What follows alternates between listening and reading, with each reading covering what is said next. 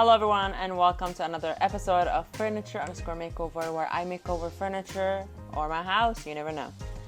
In this episode I am transforming a dresser slash TV stand, and honestly I basically just restored it to what it was looking like, except for I made the top cooler. Sorry for the manufacturers, but it had a really beautiful wood tone that should not be hidden by paint, but I was not about to sand everything around it, and usually it's okay by me, but the middle has like a hole for like, I don't know, PS5, PS4, whatever that you would put in there, and it would have been a lot of work, so no.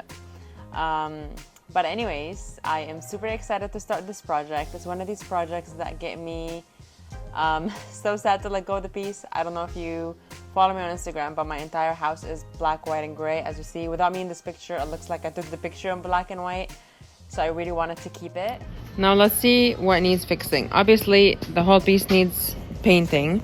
I'm gonna sand the top and see if it has a beautiful wood grain, which I can kind of see. It's just really hard with this kind of color and all the damage. It needs a lot of filling. It's missing like small pieces here and there, but definitely needs attention. The handles, honestly, I am liking, so that is staying. Painting inside there will be fun. Other than that, it's pretty interesting piece. Definitely a lot of cleaning necessary. Now that I assessed the piece and investigated that damage, now I know exactly what I need to be working on, if I need to be painting or staining, if I need to be filling gaps or even fixing drawers.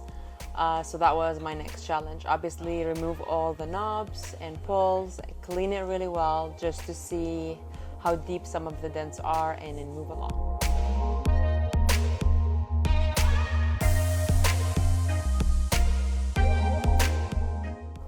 As I removed the drawers, there was a lot of books and coloring books and coins, which I made 86 cents out of this at that point.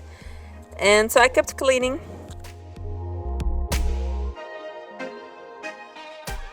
Here's where the fun starts. I started sanding the top and realized that the top looks gorgeous, so I just kept sanding and sanding and sanding for 2.5 hours until I got the entire top clean. Cleaned it really well, and instead of staining, I decided to do a whitewash in black, and you'll see the results. Yes, I did drink Pepsi from the family size bottle, but it was just a little bit in there.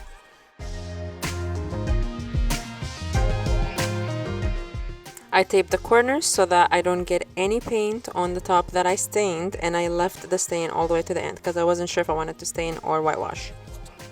Here I started scuff sanding, and scuff sanding, as I explained before, is removing the top layer of the dresser, which is usually the sealant, just so that I can be able to have a surface that can hold on to the paint and not let it scratch easily. And in that case, I usually start with 60 or 80, it depends on the surface, and drop it to 120 to 120 so that I have the smoothest surface. This isn't sponsored, but I wish it was. In the entire video you'll see me wearing this in my back, and this is a sciatic belt, and it really helps with the lower back pain.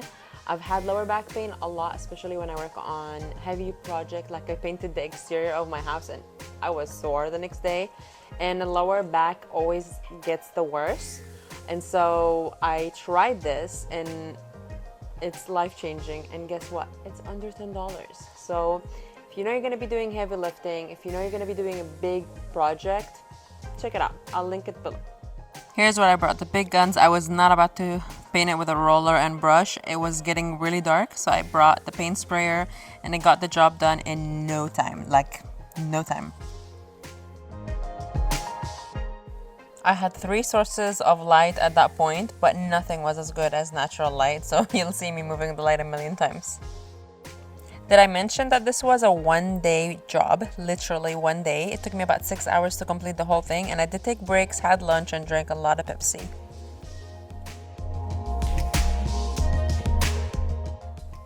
I use my own whitewash technique, which is usually adding 50-50 water and paint, but I used the leftover paint that I had in the sprayer and added some water to it.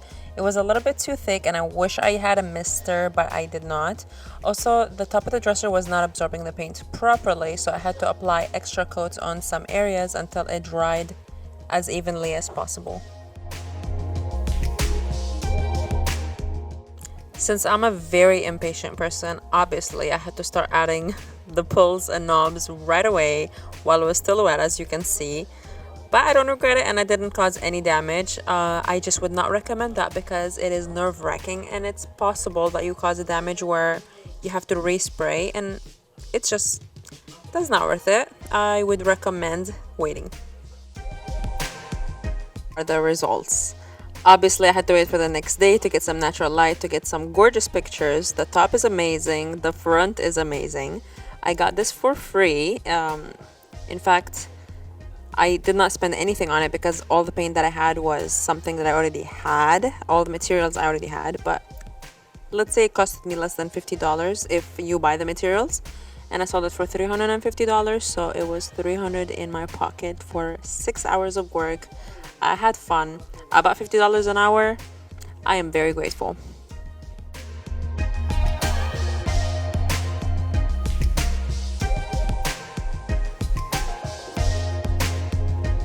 Now that you watched the entire transformation, I really hope you liked it. If you don't, tell me what you didn't like about, or what would you be doing different. Also, if you don't already, subscribe and hit the bell button so that you can get notified the next time I post a video here. And if you don't follow me already on Instagram, please do so. You'll have a lot of fun and stories. I think I have not missed a day from following this entire year. I will confirm that on Instagram, and you get a lot of insight. So go ahead and follow me at furniture_makeover with a 0 for the O on Instagram. Other than that, I am very grateful to have you. Thank you for all your support, and I will see you on the next episode. Bye.